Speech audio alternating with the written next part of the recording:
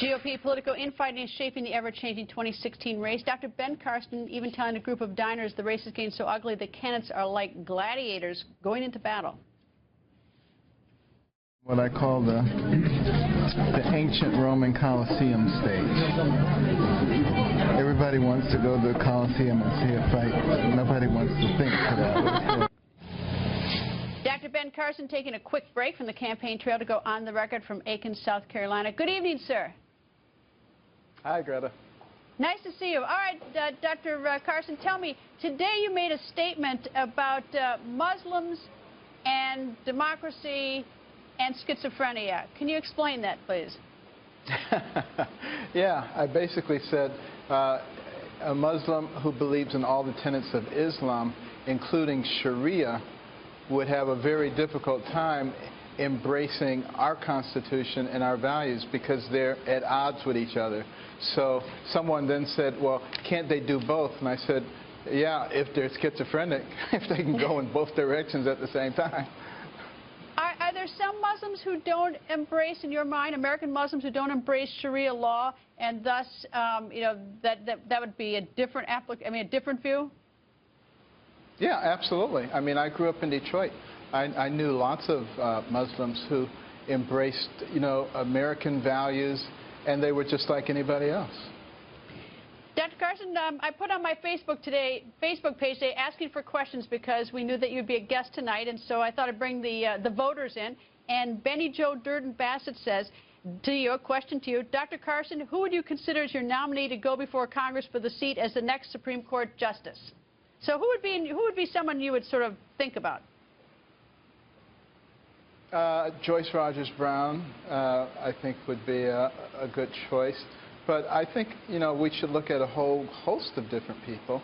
And I would look at what they have done in the past. What kind of judgments have they had?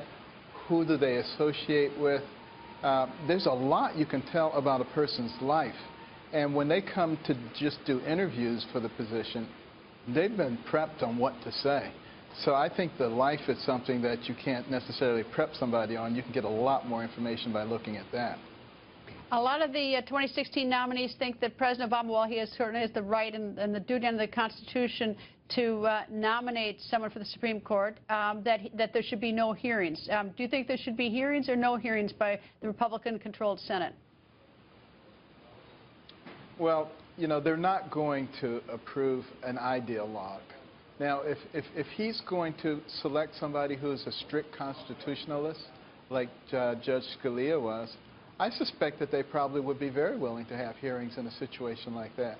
So, you know, the ball game is in his court, and he needs to make that decision. But remember, the Supreme Court was supposed to be a system of people who loved America and who knew the Constitution and were trying to uphold the standards and practices that are consistent with our Constitution. They were not supposed to be ideologues. They were not supposed to be partisans. Obviously, that has changed, and people are reacting to that. All right, here's another question from Facebook. Jennifer Michelle Greenberg has this question for you, Dr. Carson. She says, what do you think of the catty fighting and finger-pointing going on between other candidates? Is it helpful or is it damaging? Well, it's very damaging, and you don't have to go that far back in history. You go back to 2012, and you see how the Republican candidates savaged each other. And it turned out to be extremely helpful for Barack Obama, who had compiled a record that should cause anybody to lose, and yet he was still able to win because they had done so much damage to each other. I hope we can learn from those things and stop inflicting these wounds on ourselves.